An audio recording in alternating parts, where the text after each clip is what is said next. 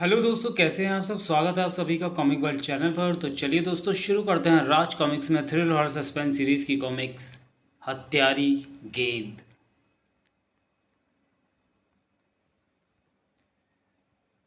हत्यारी गेंद। गांव का कुम्हार जीवन और साहूकार सेठ प्रताप चंद। एक बार फिर सोच लो सेठ, मेरे बेटे नीलो का रिश्ता ठुकराकर तुम अच्छा नहीं कर रहे। अपनी औकात मत भूल जीवन। एक कुम्हार और साहूकार का संबंध कभी नहीं बन सकता। इससे पहले कि मेरा दिमाग खराब हो जाए, जा चला जा अपनी मरू सूरत लेकर यहाँ से। जाता हूँ सेठ, जाता हूँ, लेकिन मैं भी देखूंगा कि तू अपनी बेटी का ब्याह कैसे करता है। उसी रात। छंगे, तुझे मेरा ये काम करना ही पड़ेगा, लेकिन जीवन इसमें तो खतरा है। तू मेरा बचपन का यार है, देख, मना करेगा तो तेरी मेरी यारी ख़त्म, समझा। तब तो कुछ करता हूँ, तू नाराज मत हो। तो चल फिर, आज रात ही निपटा दे काम।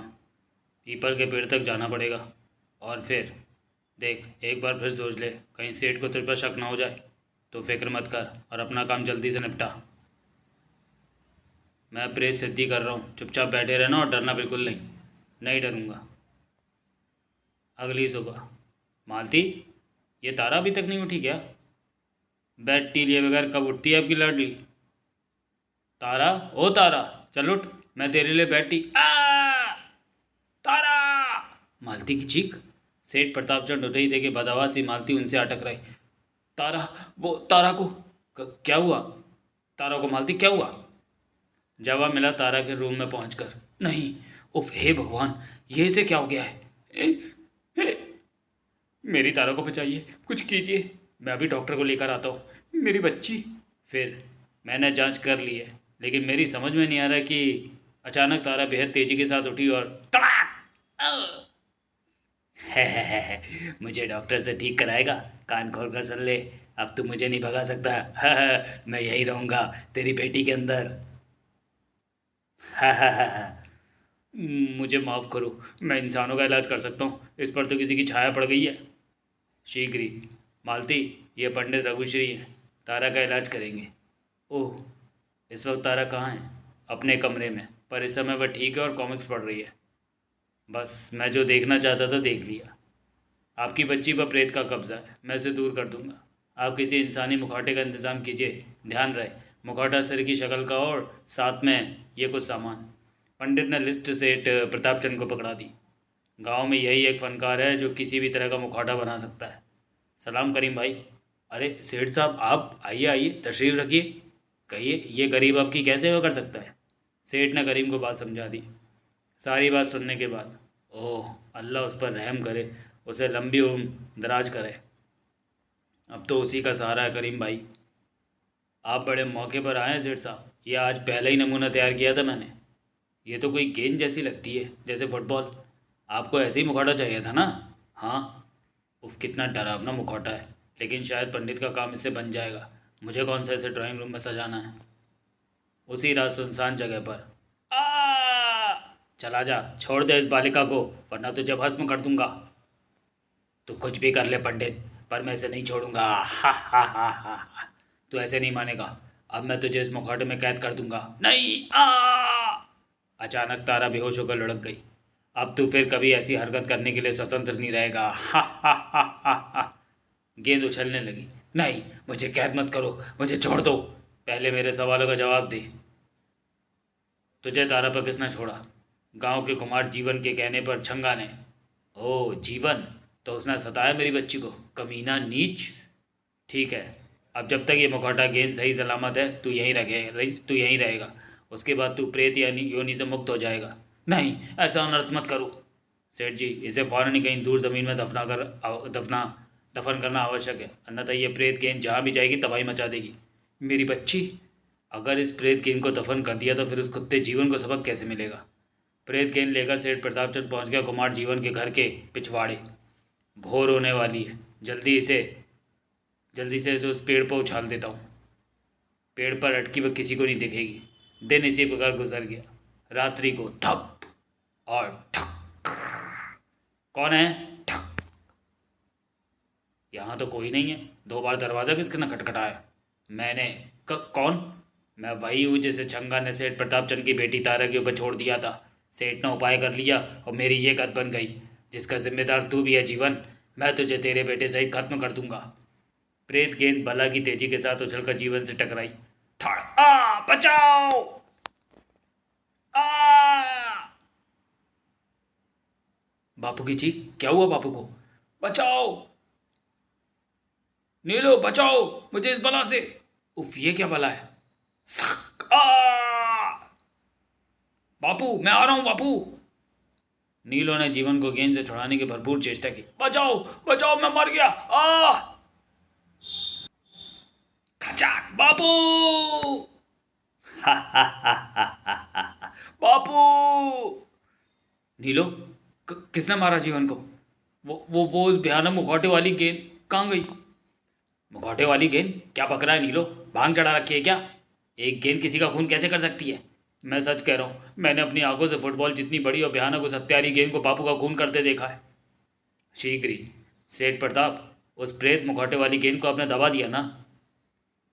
हाँ हाँ, जंगल में एक जगह, एक हाथ की गहराई पर। फिर उसने कुमार जीवन का खून कैसे कर दिया? कुमार जीवन का खून हो गया?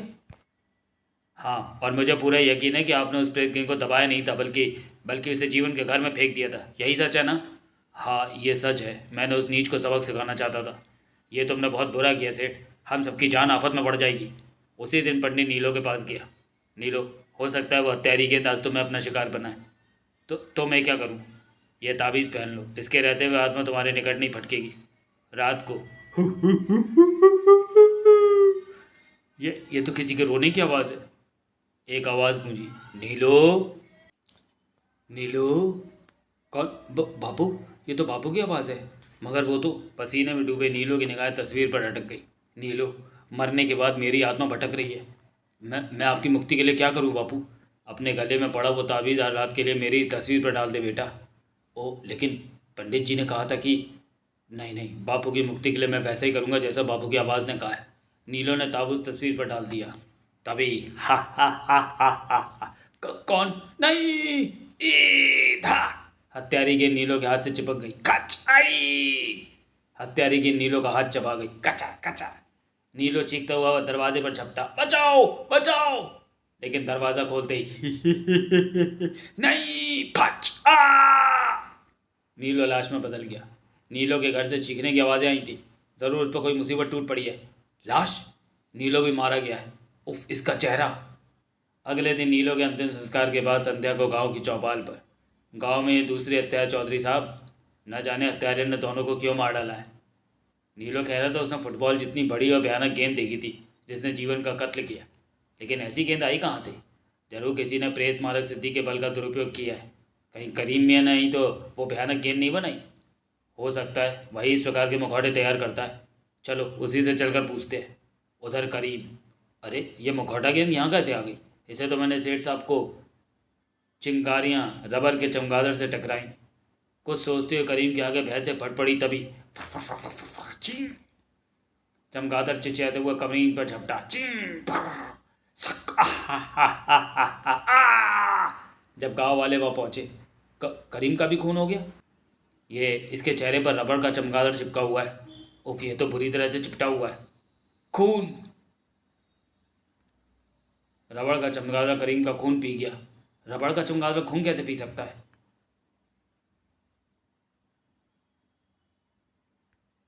गांव में प्रेत मुसीबत टूट पड़ी लगती है चौधरी साहब। ये 3 हत्याएं उसी का परिणाम है। अभी ना जाने कितने खून और होंगे। शायद किसी गांव वाले ने किसी आत्मा को सताया है। वो आत्मा बदला ले रही है। भीड़ में खड़े चंगा के होश खराब हो गए। जीवन और नीलो का कत्ल पहले हुआ। कहीं ये वही आत्मा तो नहीं जिसे मैंने सेठ की बेटी तारा पर छोड़ दिया था? छंगे, तू भी तंत्र विद्या साधता है। तू कोई उपाय नहीं कर सकता रे? मैं नहीं नहीं, इस तरह कैदी बनाई आत्मा को मैं सिद्ध नहीं कर सकता। कैदी बनाई आत्मा? क्या मतलब? तुझे कैसे पता कि उस आत्मा को कैदी बनाया गया? मुखौटा गेंद के बारे में सुनकर। इस प्रेत को केवल पंडित रघुश्री सिद्ध कर सकते हैं। पंडित रघुश्री? चौधरी साहब, इस प्रेत को नष्ट करने का एक ही उपाय है और वो बहुत मुश्किल है। अरे पंडित जी आप, और ये आप क्या कह रहे हैं? ठीक कह रहा हूँ। जब तक उस गेंद के टुकड़े टुकड़े नहीं हो जाते वह हत्यारी बनी रहेगी और अपने सभी दुश्मनों को एक एक कर समाप्त करेगी। क्यों छंगा? हाँ। उसी रात अपनी जान उस प्रेत से बचाने के लिए मुझे उससे भी बड़े प्रेत की सिद्धि करनी पड़ेगी। छंगा एक पेड़ के नीचे बैठ गया। झोले में से उसने निकाला एक पिंजरा। इस उल्लू का खून कराएगा प्रेत सिद्धि।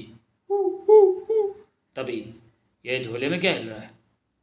उसने झोले में हाथ डाला। हाथ बाहर निकालते उसके शरीर ने ढेरों पसीना छोड़ दिया। आ नहीं, हे आ ठाक आई ठाक आ बचाओ खच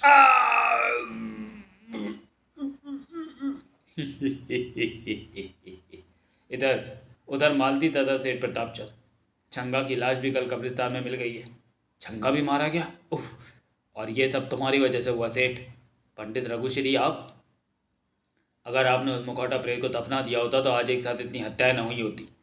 अब जो होना तो हो गया, लेकिन अब क्या करें? कहीं बात तैयारी गेंद यहाँ। घबराओ नहीं, मैं इसलिए यहाँ आया हूँ। आओ मेरे साथ। मैंने तुम्हारे घर के चारों ओर सुरक्षा कवच बना दिया है। रात को कैसी भी मुसीबत पड़े घर की दहलीज मत लांघना, ठीक है? सुनो, तारा को ये सब मत बताना, वह डरेगी। उसे रात को घर से बाहर निकलने को मना कर दूंगी। रात को। तारा, है तारा? कौन बुला रहा है? अंधेरे में कोई दिखाई भी नहीं पड़ रहा। बाहर आओ तारा, मैं हूँ गांव का चौधरी।